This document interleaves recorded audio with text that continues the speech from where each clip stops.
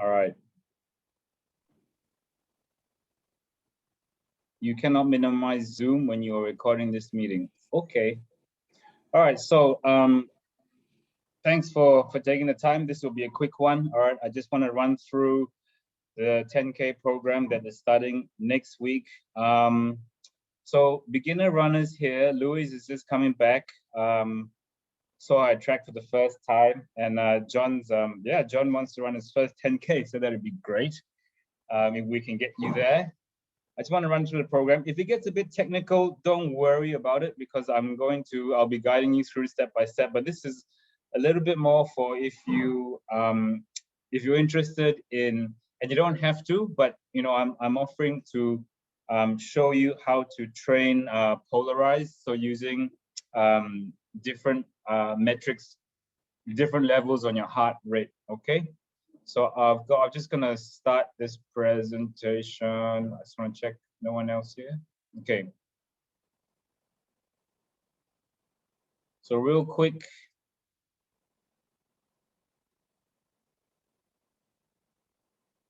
all right, can we all see that?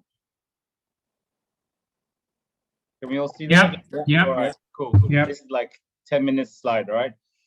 Intro into Training Tilt. Okay, so in case you don't know, Training Tilt is the platform that I use to populate your training sessions, and I'll give you a visual on what that looks like in a little bit. So when you sign up, you'll be taken through a few steps, and then you download the app, and then boom, it's there. Okay, the plan that I've been working on.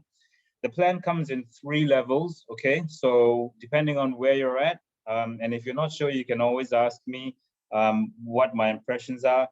But so beginners, so someone like John would be starting a beginner, run a 10K, or run a 10K, or run a 10K in a time that you haven't before. Oh, Ed's here. Intermediate, high ed, we just caught the start of it. Okay, I'm running through the 3 levels of the program. Intermediate, if you're looking to go kind of between 55 minutes and below, right, 45 to 55 minutes, we can do that on the intermediate program. And then the advanced program, if you are like a proper fast guy, you know, and you want to go sub 45 to 35 minutes, then that's the one you do. Okay, so I haven't coached anyone that's gone below 35, so I wouldn't know how to write a sub 35 program. Although one guy just ran a 16:05 5K, so fingers crossed I can do that soon. Okay, I'm gonna run through the program design in 4 phases, and then a little bit about polarized training, and then prep week task, which is this week. Okay, so this is the week I've given ourselves a bit of time to prepare for the program start next week. All right, so intro into Training Tilt. I'll just jump in and I'll show you straight away. Stop the share. Okay, and this is all right. So this is what Training Tilt looks like, and this is kind of the beginners program. All right, so when you pull up on your app, you'll see Monday. All right, and this is your description that you get. Okay, 30 minutes easy, blah blah blah. All right, so it's pretty detailed, quite foolproof. You can always ask me questions. Just shoot me an email or whatever, and I'll clear anything up. And then finish with 6 times, for example, 6 times 30 seconds, fast strides, la-di-da. So it's a description of what you should do, okay? So this session you do alone, and then you have an optional session on Tuesday, and I'll be putting up some links to the exercises. I'm gonna GoPro myself tomorrow and show you how to do some of these things. This session on Wednesday, for those of you that are in Singapore, okay, this is the one that we'll be doing together at Track.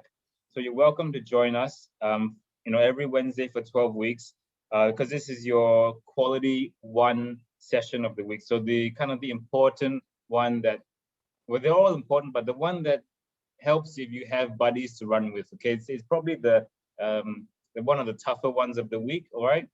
And then optional run on Thursday. Friday is a day off or a makeup day if you miss anything. And then Saturday is long run, okay? And for beginners, that starts at 40 minutes.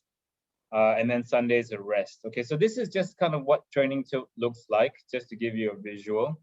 All right, I'm going to jump straight into the 4 phases of the program because you can see it here. So it's a 12-week program. Sorry.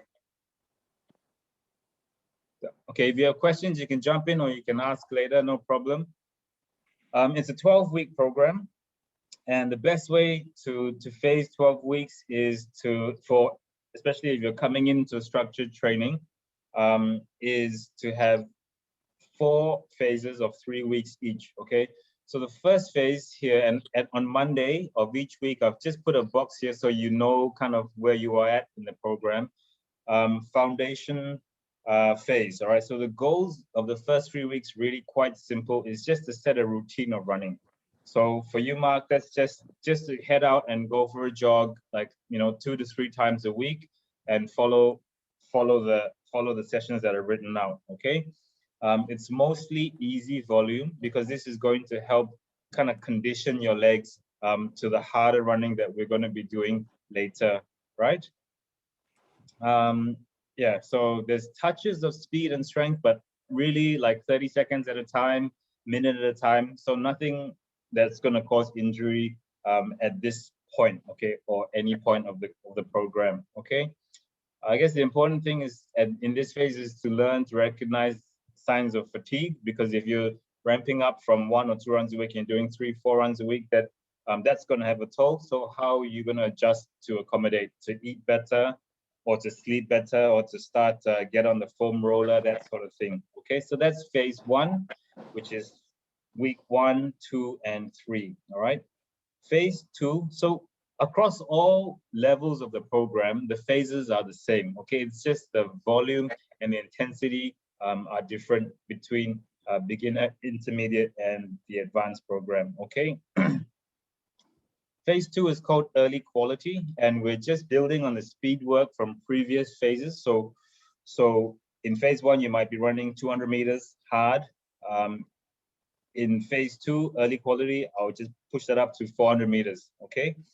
We're also introducing tempo efforts, which are, okay, if your easy runs, intensity is down here, right? The high intensity reps or hard intervals are here.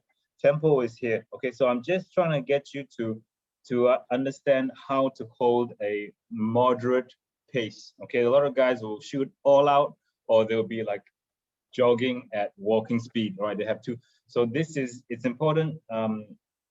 Later on, it becomes important because the groundwork here, when you do in tempo, is what's going to build into your 10K pace. All right. So that's what we're working on for the next 3 weeks, weeks 4, 5, and 6, and then 7. Week 7 is the phase 3 transition quality. So by now you have a fair bit of running in your legs.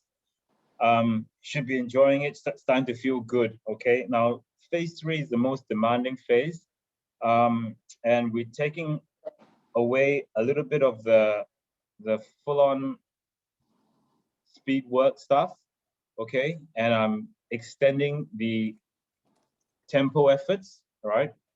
So they get longer, and I'm putting in like the VO2 max intervals, so short but really sharp intervals, all right? And these just open everything up. So we open everything up maybe 6 weeks out for 3 weeks, just for you to find another gear, all right? And then that takes us to the last 3 weeks, final quality, which is really like putting everything together, okay? So putting everything together,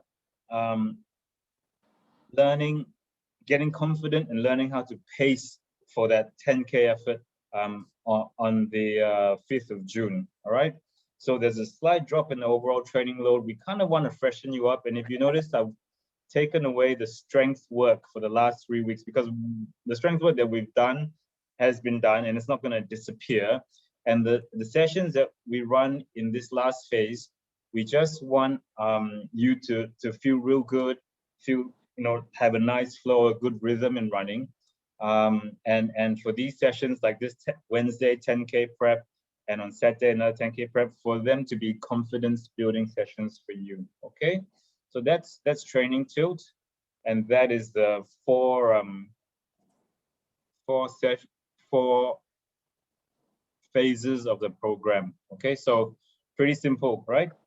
Cool. So back to the PowerPoint. That one will do. All right. Okay, so done that. Polarized heart rate training. Okay, so this is not for everyone. It's just if you want to experiment with it, if you heard of it, okay, and you're not sure what it is. All right, so this is a good opportunity to try it out. Okay, so training to heart rate, a polarized approach. Okay, so basically polarized training is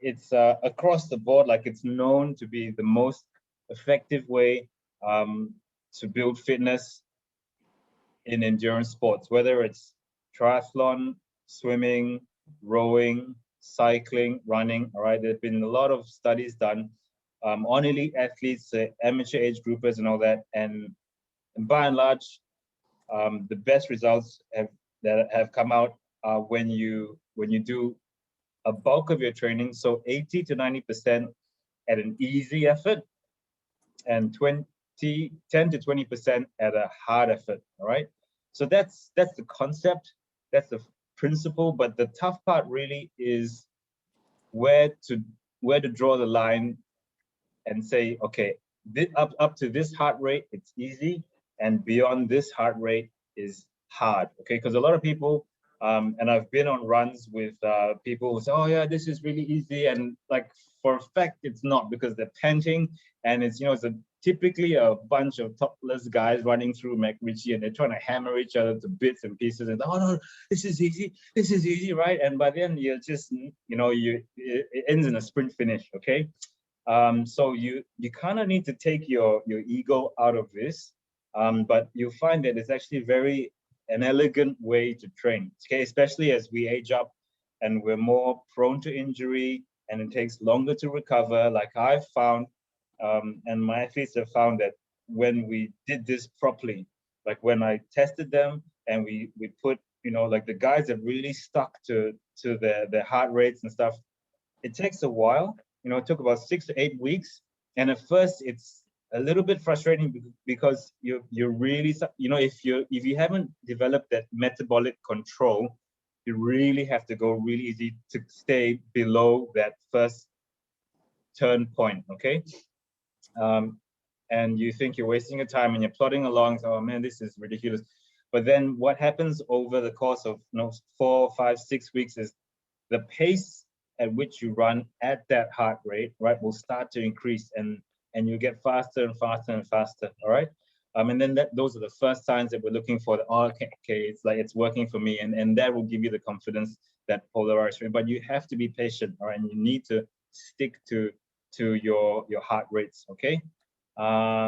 Okay, so just another quick slide about the heart rate. Okay, so okay, so this is how do I explain this clearly? Okay, so normally, all right, in your Garmin's or whatever watches you use, they divide your heart rate zones into 5 zones. Okay, and they have various different names for it, but it's typically zone 1, 2, 3, 4, and 5, right?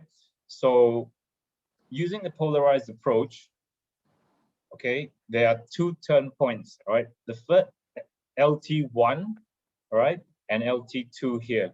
Okay? LT1 is your maximum, what you should cap your easy work at, okay? And that is defined by anything lower than zone 3. So if you have a Garmin or whatever watch, Polar, Sunto, you'll see that now the zones go up in decimal points. So zone 2.4, 2.5, 2.6. So that's all easy until 2.9. And then when you go into 3, okay, then under the polarized approach, that starts to go into a gray zone, which to start with, we really want to stay away from working in this zone here, okay? So long story short, anything up to heart rate zone 2.8 is considered easy. All right. Now, where does hard start is when your heart rate zone goes up to 4.1. Okay, then we consider that work hard. So you see, it's very, if you're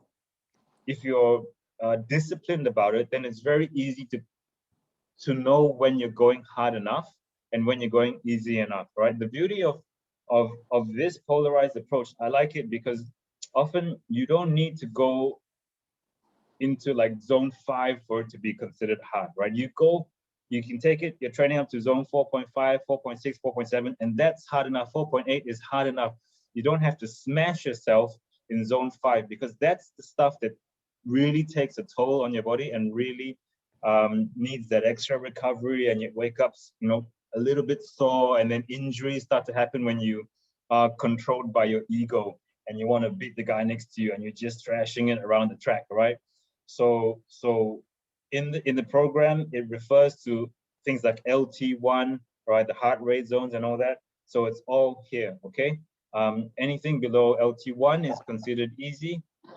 Anything above LT2 is considered hard, right? So you see the importance of really getting this LT1, okay, and LT2 accurate, right? Because if it's off by a few beats, then your graph is going to shift, right? And then you're going to be training sort of like you might end up training in the gray zone or not going hard enough or so on and so forth, okay?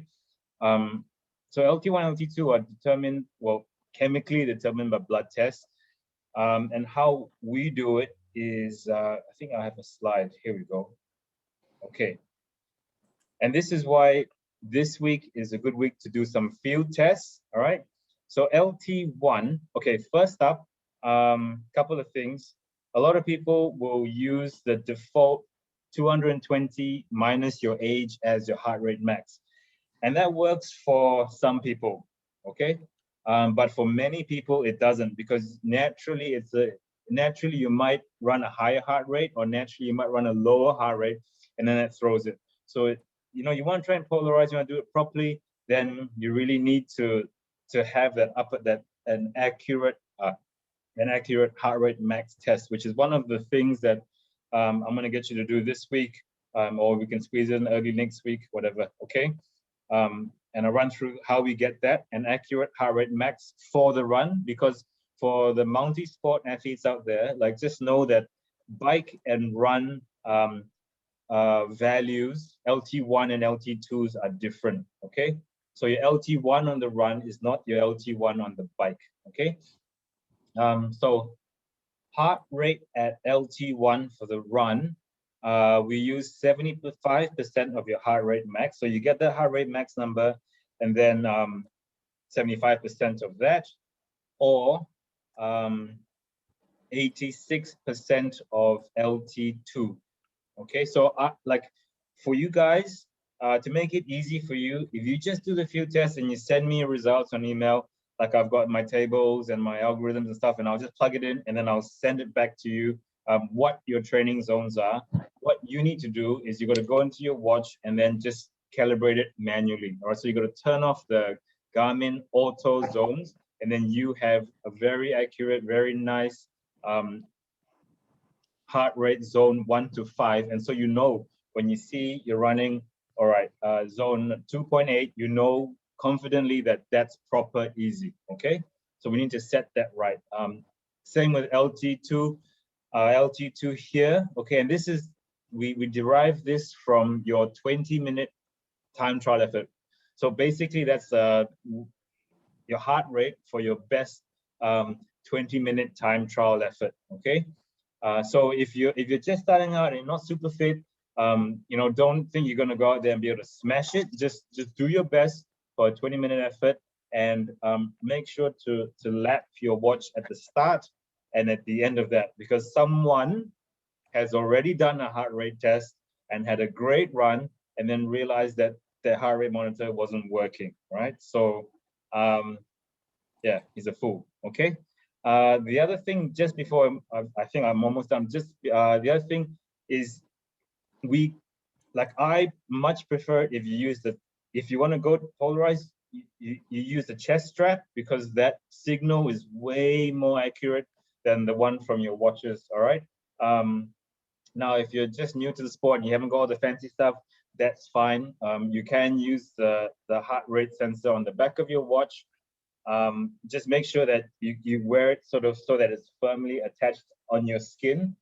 And then the light, I think it picks up the signal through some green light diode thing. So just make sure it's in contact with your skin, all right? If not, like a chest strap is, I've done workouts with same workout with chest strap, same workout with heart rate, with the watch, and the chest strap ones are like just way better. Okay. I use a cheap heart rate monitor from Decathlon. It's half the price of a Garmin one. That's fine. Okay. If you don't have that, no problem, because the sessions in the training program are also described in perceived effort. All right. And in fact, if you're a new runner, it's probably, and you never done a structured program before, perceived effort is probably one of the earliest and most important lessons that you should learn. So it's described. I've described it verbally, like you shouldn't be going so hard that you're gasping for breath, but also give an RPE number, rate of perceived effort, which is like 5 out of 10 is moderate, 7 out of 10 is hard, 8.5 out of 10 is very hard, sort of thing. Okay. Right. So get me your test results. I've just explained the field test, and I think I sent out an email actually yesterday about the field test that we're going to do. These are the field tests, how to do it. For the heart rate max, you want to warm up fully. So that's like 10-15 minutes jogging with a couple of strides, just like quick sprints, like 20 seconds, right? Just 2, 3, right? Just to kind of warm up properly. Stop, catch your breath, all right? And then for the heart rate max test, it's a 7-minute all-out effort. So as hard as you can for 7 minutes, and you should pace it so that you can really sprint the last 200 meters. So if you're not like that fit at the moment, I would advise you to start that out moderate, because the heart rate does take some time to go through the systems, right? To go through the thresholds. And you find that if you just go all out for like 4 minutes, it might feel like the max heart rate, but then your body hasn't had time to actually get to the top. So build. It needs to be like at least 6 to 7 minutes and all out effort, and a sprint finish will ensure that you really squeeze out the last couple of beats per minute. Okay.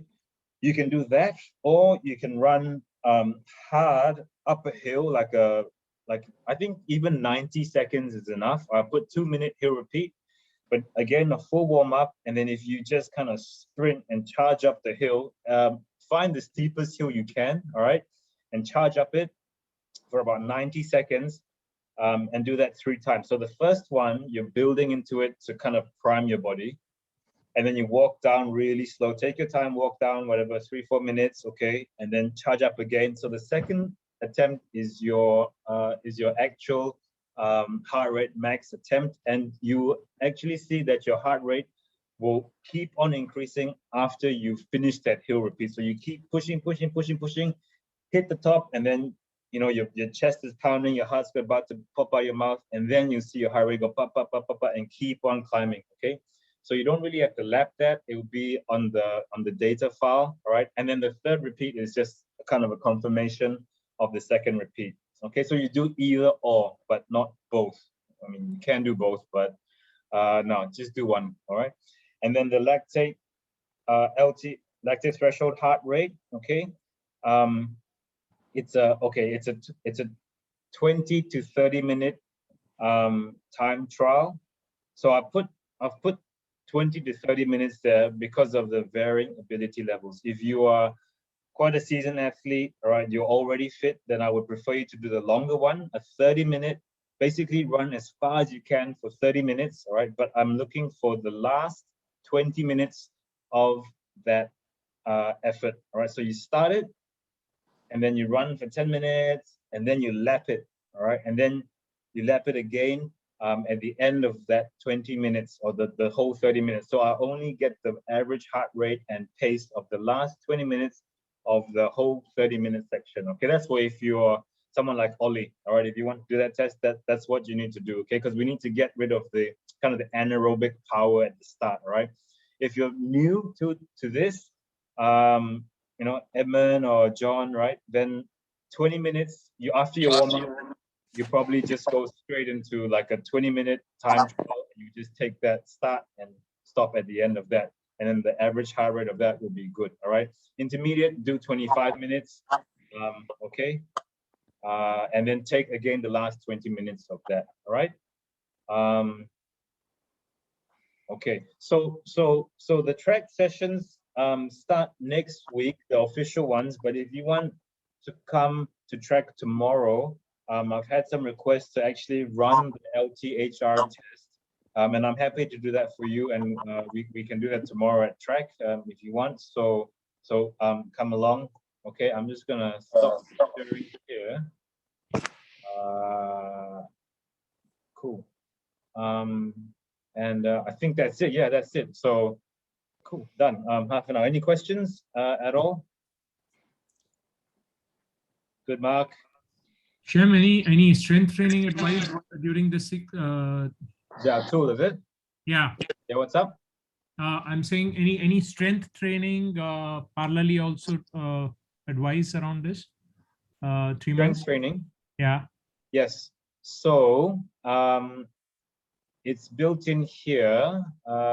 Share here. So I don't want to overload people. Okay, I want to make it accessible, but there's an optional strength session here. Okay.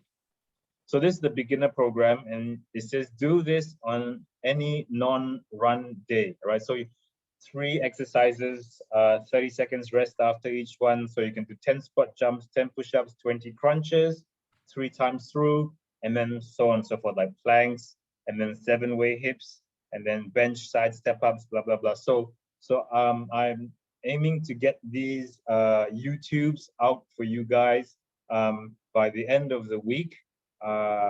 And so you can go and refer to them, and I'll give you a little rundown on how to do them properly. Okay, so that's a tip. Like these days at track, we don't do that because actually, honestly, I find we used to do the strength stuff after we run, but it just takes away from everything. Like you're knackered and you don't do the strength properly, and you're not running properly because I got to do strength afterwards. So it's better to do it on a non-run day. Okay. Someone else asked on Saturday, what about if we are like a multi-sport athlete? Then how do we layer this program on top of what you're currently doing? So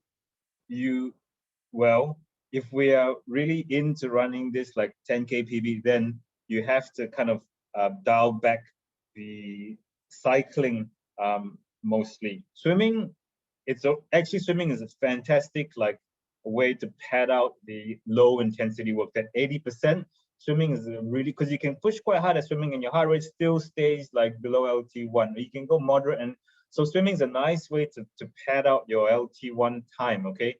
Because actually your body doesn't know if it's, your heart doesn't know if it's swimming or running or cycling. If it's going at that low, nice LT1 pace, then you're getting that LT1 stimulus, right? Which is why actually you see like pro triathletes and stuff, they swim tons. They swim like 12 Ks a week, 15, 18 Ks a week. And that's, it's a recovery session, but it's also how they pad out their LT1 time, okay?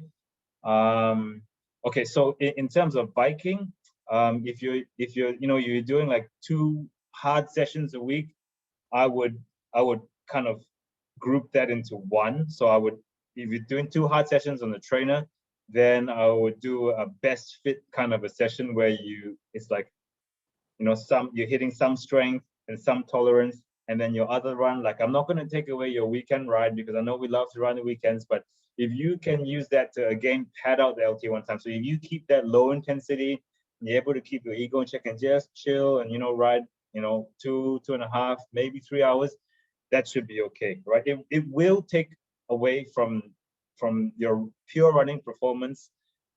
But I also know we love to ride our bikes, so we're trying to do kind of everything here. Okay. If you need help with that as well, like just suggestions on how to structure like that one trainer set a week, just hit me up and I'll sort you out with some sets. Okay. Cool. Anything else? We good? Cool, man. All right. So thanks very much. We see you on Wednesday. Mark, I wish you could be there on Wednesday. I used to love watching you run or die on a Tuesday morning. But we'll stay in touch through email and through your progress and all that. Okay? I'll be sure to work hard here on the track. Don't worry. Yeah. All right, good. Edmund, any questions? I mean, that's pretty clear. No, thanks for sharing it. Systematic, scientific, and so looking forward. I'll keep you posted as well. All right, because I guess gotta get move some things around. Okay, no problem. So sorry, Shem, I just think of one thing, which is on the Wednesday, right? Wednesday track. Yeah. I think a lot of us will probably show up on the track, so you will bring the track session into the overall plan, right? Which will align to the 10 weeks. Yeah. So the session that we do at track will be what you see on the program. Okay. Absolutely. In fact, if you look at so I know that because I'm working with you one-on-one, Ollie. For you guys that are one-on-one with me, I'll tweak the programs according to what I've suggested. So that one session on the bike a week, and then I'll put in the run sessions into your own program. So you don't need the separate 10K program that I just pulled up and shown you. I mean, you can have it as well, but it'll be the same. Okay. Cool. Thanks. Cool. All right. Okay. Good night, everyone. Have a nice evening. Stay cool. Thanks. All right. Chaps. Good to see you. Bye. Take care. Bye. All right. Good night. And